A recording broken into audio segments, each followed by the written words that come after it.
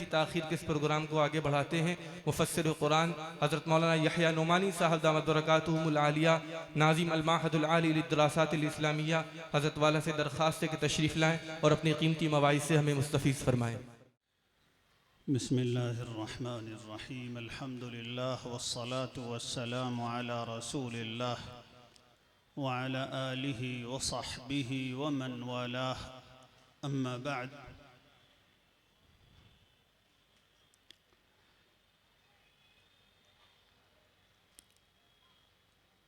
निहायत एहतराम और ताज़ीम के लायक उलमाए किराम और मेरे दीनी और ईमानी भाइयों, अभी आप हजरात ने इस अज़ीमुश्शान इजलास में कई बहुत कीमती गुफ्तगुएँ सुनी और अभी बिल्कुल आखिर में हज़रत मोहतमिम साहब दामत बरकातुहुम ने बड़े इख्तिसार के साथ और बहुत वज़ाहत के साथ जो पैगाम और जो तकरीर फरमाई है और जो पैगाम दिया है, वाक़या यह है कि उसके बाद और किसी गुफ्तगू की ज़रूरत नहीं है। मैं बस तामील हुक्म में हाज़िर हुआ हूँ और अगरचे मुझसे कहा गया है 20-25 मिनट, लेकिन मैं कोशिश करूँगा सिर्फ 10-15 मिनट में अपनी गुफ्तगू ख़त्म करूँ। अभी बहुत बड़े बड़े उलमा की गुफ्तगू बाकी है ताकि उनके लिए ज़्यादा वक्त बच सके। सबसे पहली बात मुझे आपसे ये अर्ज़ करनी है कि सिर्फ ये रसूलुल्लाह सल्लल्लाहु अलैहि वसल्लम का दीन है जिसमें अल्लाह ताला ने हर दौर में दीन की हिफाजत का निज़ाम जारी फरमाया है। इससे पहले जितनी शरीयतें और जितने अंबिया अलैहिमुस्सलातु वस्सलाम की उम्मतें रहीं उनमें भी, और मौजूदा ज़माने में जितने मज़ाहिब हैं उनमें किसी में कोई मिसाल इसकी नहीं मिलती कि हर ज़माने में इसकी फ़िक्र बाकी हो कि दीन अपनी असल शक्ल में महफूज रहे, उसमें न कोई इजाफ़ा हो न कोई तब्दीली हो। ये सिर्फ हमारी और आपकी खुसूसियत है और अल्लाह सुब्हानहू व तआला का हम पर एहसान, और यही वो मिजाज है जिस पर रसूलुल्लाह सल्लल्लाहु अलैहि वसल्लम हम अपनी उम्मत को कायम फरमा कर गए। आप ये ताकीद फरमाते रहे कि इस दीन में कोई तब्दीली मत आने देना, लेकिन साथ साथ आपने ये भी फरमाया कि मेरी उम्मत के अंदर ख़तरनाक दीनी और ईमानी फितने कायम होंगे, बल्कि ये फरमाया कि दीन के ऐसे क़ज़्ज़ाक़ और डाकू वजूद में आएंगे कि जो उनकी बात मान लेगा वो उसको जहन्नम में ले जाकर छोड़ेंगे। ये रसूलुल्लाह सल्लल्लाहु अलैहि वसल्लम की पेशिन गोई थी, लिहाजा ये तो होना है। और यही इसी से समझ में आता है कि अपनी और उम्मत की और अपनी औलाद के दीन की हिफाजत की कितनी फ़िक्र की ज़रूरत है। जो तर्ज हम लोगों ने इख्तियार किया हुआ है, ख़ास तौर पर जो मुसलमानों के अवाम का हाल है कि उनको अपने दीन की और अकायद की हिफाजत की कोई फ़िक्र नहीं है। ये मिजाज रसूलुल्लाह सल्लल्लाहु अलैहि वसल्लम की हिदायत के बिल्कुल ख़िलाफ़ है, और उलमा की ज़िम्मेदारी है कि अवाम के इस मिजाज की इस्लाह करें। सही मुस्लिम में हदीस है कि रसूलुल्लाह सल्लल्लाहु अलैहि वसल्लम से हज़रत हुज़ैफ़ा ने पूछा कि ये जो दीन आप लाए हैं, क्या इस दीन में और इस खैर में बाद में शर भी होगा? आपने फरमाया हाँ, शर भी होगा, और फिर उस शर के बाद खैर भी आएगा, लेकिन फिर जो खैर होगा उसमें बहुत धुंधलापन और गंदगी भी होगी। तो हज़रत हुज़ैफ़ा रज़ियल्लाहु अन्हु ने हुज़ूर सल्लल्लाहु अलैहि वसल्लम से पूछा, आप ए अल्लाह के रसूल सल्लल्लाहु अलैहि वसल्लम, आप अपनी इस बात की मज़ीद वज़ाहत फरमाइए कि बाद के ज़मानों में दीन में कैसे फितने पैदा होंगे। तो आप सल्लल्लाहु अलैहि वसल्लम ने ऐसे बलीग अल्फाज में, ऐसी ताकतवर ज़बान में बात फरमाई कि वाक़या ये है कि अब भी दिल दहलता है कि ऐसे ख़तरनाक फितनों का मुकाबला कैसे किया जाएगा। आपने फरमाया दुआतुन अला अबवाबि जहन्नम, कुछ लोग जहन्नम के दरवाजे पे खड़े होकर मेरी उम्मत के लोगों को जहन्नम में बुलाएंगे। और आपने ये फरमाया वो लोग कोई अजनबी लोग नहीं होंगे कि उनकी पहचान आसानी से हो जाए कि वो गैर हैं, वो कुफ्र के दाई हैं, वो दूसरी ज़बान बोलते हैं। आपने फरमाया नहीं, उनासुम मिन बनी जल्दतिकुम यतकल्लमून बिअल्सिनतिकुम, वो तुम्हारी कौम में से होंगे, तुम्हारी नस्ल में से होंगे, और उनकी ज़बानें भी तुम्हारे उलमा जैसी शरई ज़बानें होंगी। वो भी कुरान और हदीस की ज़बान में बात करते होंगे और ऐसे ही बातें करेंगे जैसे उलमा दीन की बातें करते हैं, और गोया उनकी बातें बिल्कुल दीन की बातें नज़र आएंगी। और फिर आपने फरमाया लेकिन वो होंगे दुआतुन अला अबवाबि जहन्नम, जहन्नम की तरफ बुला रहे होंगे। जो लोग इन लोगों की दावत को कबूल कर लेंगे ये उनको जहन्नम में ले जाकर डाल देंगे। ये रसूलुल्लाह सल्लल्लाहु अलैहि वसल्लम की पेशिन गोई है और इसी के मुताबिक अब हो रहा है। बहुत मुख्तसर तौर पर अर्ज़ करना है कि बहुत से हमारे भाई, यहाँ तक के बहुत से उलमा भी इस गलत फहमी में हैं कि कादियानियत कहाँ है। जनाब, जब तक आप अपने घर में बैठे रहेंगे आपको पता नहीं चलेगा। हकीकत यह है कि मुल्क के बहुत से इलाकों में बिल्कुल गोया हमारी नाक के नीचे ऐसे इलाके मौजूद होते हैं जहां मालूम होता है कादियानियत पहुंच गई। इस कानपुर के देहात के इलाकों में बाकायदा कादियानी दाई मौजूद हैं और लगकर बैठकर काम कर रहे हैं। इसलिए ये बात बिल्कुल गलत है, और इसके गलत होने की सबसे बड़ी दलील ये है कि मुल्क में अहले हक के तमाम अकाबिर उलमा इस सिलसिले में मुतफक्किर हैं और मुतहर्रिक हैं।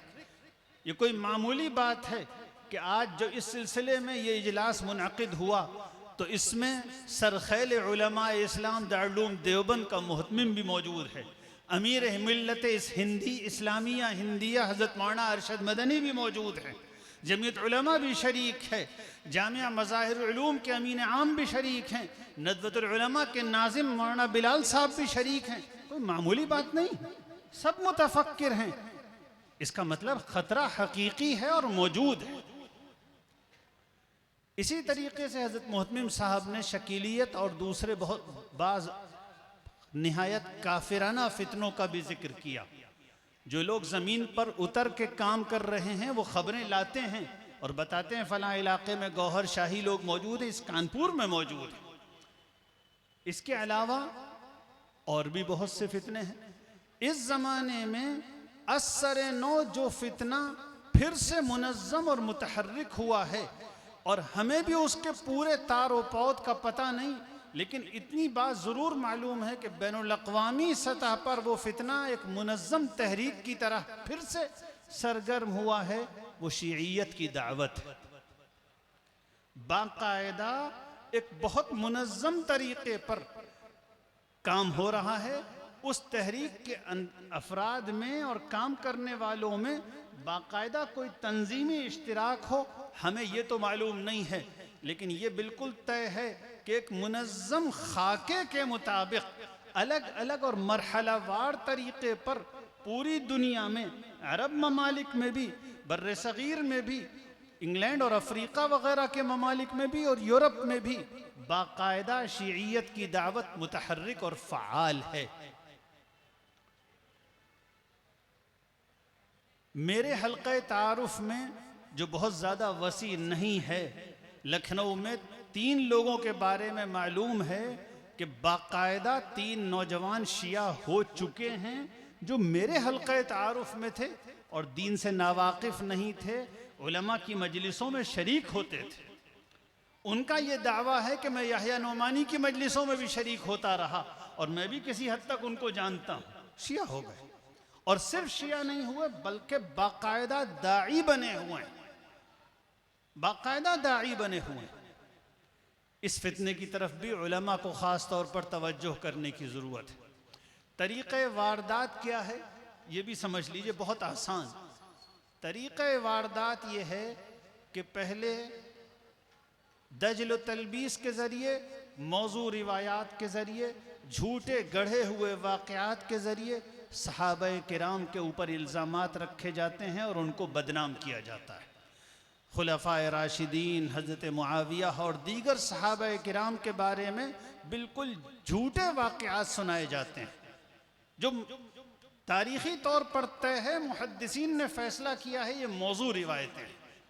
इसी तरीके से बात सही रिवायतों को तोड़ मोड़ कर और गलत माना पहनाकर बताया जाता है और सहाबाए किराम से बदज़न किया जाता है और ये बताया जाता है कि ये वो लोग हैं जिन्होंने रसूलुल्लाह सल्लल्लाहु अलैहि वसल्लम से वफ़ादारी का हक़ नहीं निभाया, ये हुकूमत और माल के पुजारी थे और अल्लाह के रसूल की वसीयतों और आपकी हिदायतों का खून कर कर के इन्होंने हुकूमत और माल दौलत इख्तियार की। यहाँ से ज़मीन तैयार होती है बाकायदा शिया मज़हब कबूल करने की। दूसरा काम इस तहरीक में ये होता है कि मुसलमानों के अंदर जो कम समझ और दीन से नावाकिफ़ लोग मौजूद हैं और जिनके अंदर पहले से गुलू की बीमारी मौजूद है, उनको रसूलुल्लाह सल्लल्लाहु अलैहि वसल्लम की औलाद के बारे में गुलू आमेज़ ख़यालात की पट्टी पढ़ाई जाती है। यानी जिन्हें अहले बैत कहते हैं उनके बारे में गुलू आमेज़ बातें बताई जाती हैं और ये गोया नफ्सियाती हरबा होता है उन लोगों को मुतासिर करने का। और आप जानते हैं हमारे हिंदुस्तानी मुसलमानों में गुलू की क्या हालत है। हर शहर और हर गांव में ऐसा गुलू जो शिर्क तक पहुंचा देता है मुसलमानों की आबादी की बड़ी तादाद में पहले से मौजूद है। जब उनको अहले बैत की मोहब्बत और रसूलुल्लाह सल्लल्लाहु अलैहि वसल्लम की औलाद की मोहब्बत के नाम पर शीयत की दावत दी जाती है तो धीरे से ढलक जाते हैं।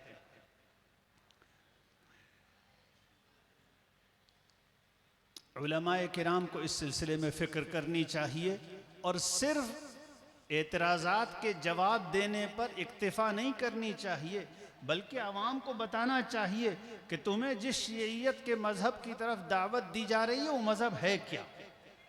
अल्हम्दुलिल्लाह अगर आप शिय्यत की हकीकत लोगों को बताएं, आप बताएं कि शिय्यत का मज़हब दरअसल उस इमामत के अक़ीदे पर कायम है। शियों का अक़ीदा ये है कि उनके जो इमाम हैं 12, उनके पास वो बिल्कुल नबियों जैसी हैसियत रखते हैं। यानी जिस तरह अम्बिया अलैहिमुस्सलातु वस्सलाम को नबी मानना और उनकी नबूवत का इकरार करना किसी के मोमिन और नजात के लिए ज़रूरी है, नजात पाने के लिए ज़रूरी है, उसी तरीक़े से शिया मज़हब में 12 इमामों को इमाम मानना नबी की नबूवत के अक़ीदे की तरह फ़र्ज़ और वाजिब और लाज़मी है।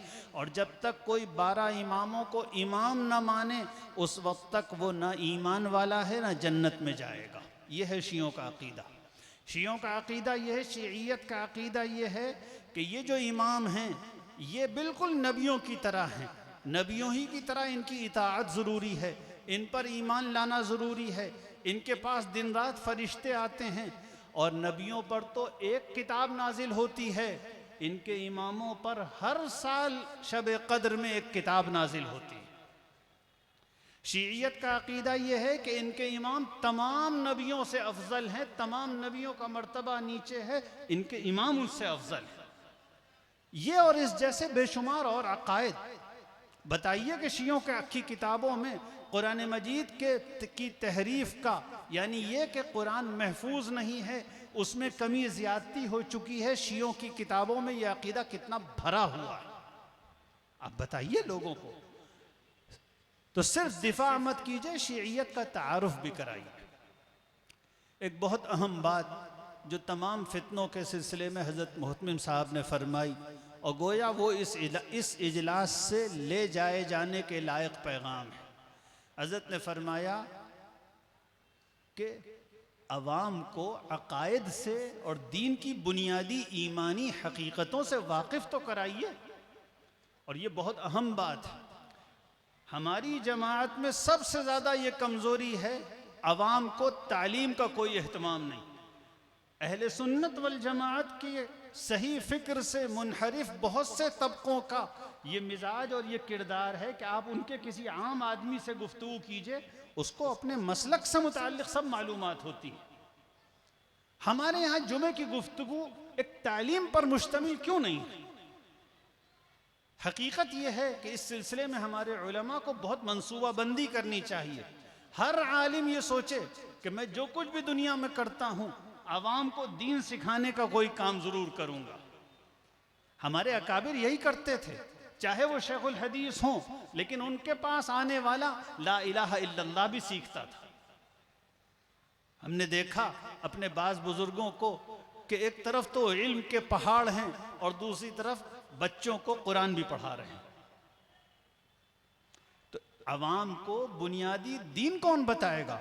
हम सब बड़े बड़े इल्मी मकालात लिखेंगे और बुखारी पढ़ाएंगे, अवाम को तौहीद कौन सिखाएगा?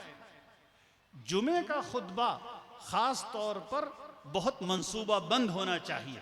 और मैं उलमा की खिदमत में बार बार अर्ज करता हूँ, इस मजमे में मेरे नौजवान अजीज फारिगीन मदारिस की एक बड़ी तादाद है। मैं बहुत मोहब्बत के साथ अर्ज करता हूँ, जुमे के खुतबे की अहमियत समझिए। जुमे की खुद का खुतबा कोई सरसरी चीज़ नहीं है। आप जब मिंबर पर खड़े होते हैं तो आप मिंबर पे नहीं, मिंबर रसूल पे खड़े होते हैं। आप रसूलुल्लाह के नायब होते हैं और आपके सामने उम्मत होती है। खुतबे की खूब अच्छी तैयारी कीजिए, आसान ज़बान में बात कीजिए। मुझसे बहुत लोग शिकायत करते हैं, बहुत लोग मुझसे शिकायत करते हैं, वो ये समझते हैं कि ये अल्लाह का बंदा कुछ नीचे उतर कर और सादा ज़बान में गुफ्तगू करता है। तो मुझसे बहुत शिकायत करते हैं कि बात समझ में नहीं आती। अब बताइए, अवाम से हमारा ये शिकवा बिल्कुल बजा है और मैं यहाँ अवाम से ये शिकवा करता हूँ, हिंदी मुसलमानों ने बड़ी पस्त हिम्मती का सबूत दिया है, अपनी जबान छोड़ दी। कोई अपनी जबान भी छोड़ा करता है? मुसलमानों ने इस कदर पस्त हिम्मती का सबूत दिया है। चूंकि हिंदुस्तान में उर्दू हमारी जबान है, लेकिन उसके जरिए चूंकि पैसे नहीं मिलते, इसलिए हमने अपनी मां को घर से निकाल दिया। किस कदर कमजोर बात है, किस कदर पस्त हिम्मती की बात है, किस कदर अपने ऊपर एतमाद की कमी की बात है कि आपने उर्दू नहीं पढ़ी। लेकिन इसके साथ साथ उलमा से अर्ज करना है, हमारी कौम ने जो कुछ किया वो किया, लेकिन ये है हमारी ही कौम, यह है हमारी ही कौम। इसने अगरचे गलती की और इसने बहुत बेवफाई की कि इस्लामी ज़बान छोड़ दी, लेकिन यह हमारी कौम है, यही अल्लाह का नाम लेने वाली है, यही रसूलुल्लाह सल्लल्लाहु अलैहि वसल्लम की उम्मत है। अब हमारा फ़र्ज़ है जिस ज़बान में ये समझे हम उसको समझाना है।